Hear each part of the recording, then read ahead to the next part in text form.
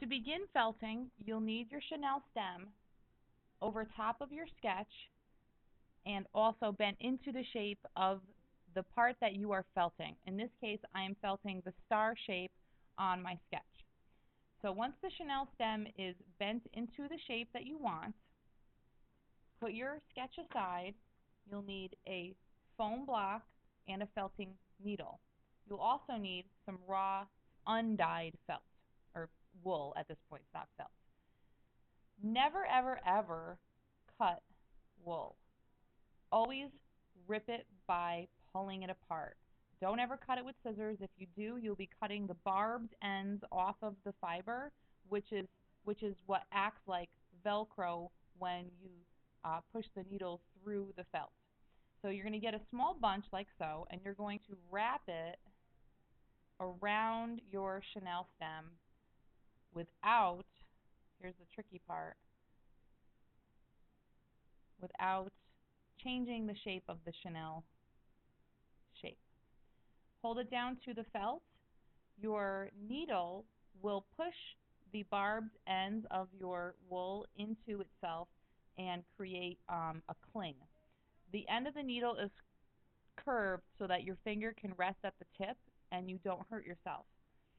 I would want you to start by going straight down into the felt or into the wool and straight into the foam block with the needle. Don't go on an angle because you might break the tip.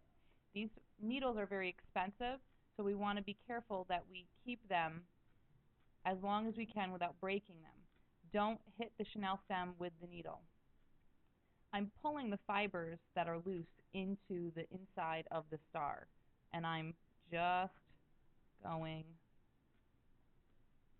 inside the star. I'm not felting on the outside edge. I'm pulling the fibers in.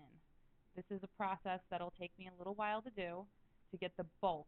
So you want to get the bulk of your body done in raw wool without color. The color is the last part. Colored felt or wool, if you buy it, is very expensive. I dye it myself. You can dye it with Kool-Aid. The more you push the needle into the wool, the closer knitted the fibers will be and the harder the surface will be. You kind of want to keep it in a nice consistency, kind of squishy, so that it will accept more color. And as I just pulled that off of the foam and I turned it, you can see the line of the star taking shape already. So I'll pull. So I want to cover the chenille stem completely with the raw wool.